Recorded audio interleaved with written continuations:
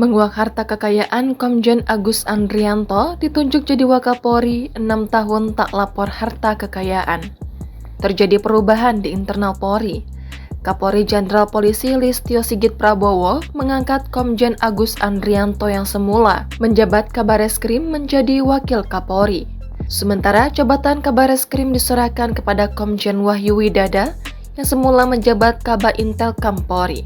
Hal ini tertuang dalam surat telegram nomor ST-1393-6 Romawi KEP-2023 tanggal 24 Juni 2023 yang ditandatangani Kapolri Jenderal Listio Sigit Prabowo seperti dikutip pada Senin 26 Juni.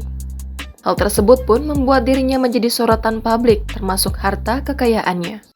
Melansir laman ehlkpn.kpk.go.id, Agus Andrianto terakhir kali melaporkan harta kekayaan yang dimiliki pada 30 November 2016. Sehingga berdasarkan catatan tersebut, Agus telah tidak melaporkan harta kekayaannya ke Komisi Pemberantasan Korupsi selama 6 tahun. Adapun laporan harta kekayaan Agus terakhir kali saat menjabat sebagai Kepala Bagian Pengendalian Operasi Polda Sumatera Selatan sebesar 1,6 miliar rupiah. Sementara harta kekayaan tertingginya yang pernah dilaporkan sebesar 2,7 miliar rupiah pada tahun 2011. Untuk rincian kekayaan Agus pada tahun 2011 adalah tanah dan bangunan seluas 420 meter persegi dan 360 meter persegi di Jakarta Selatan senilai 2,5 miliar rupiah. Lalu mobil merek Toyota Corolla tahun 1999 senilai 60 juta rupiah dan harta bergerak lainnya sebesar 16 juta rupiah. Selain itu, ia juga memiliki giro dan setara kas senilai 173 juta rupiah serta tidak memiliki hutang.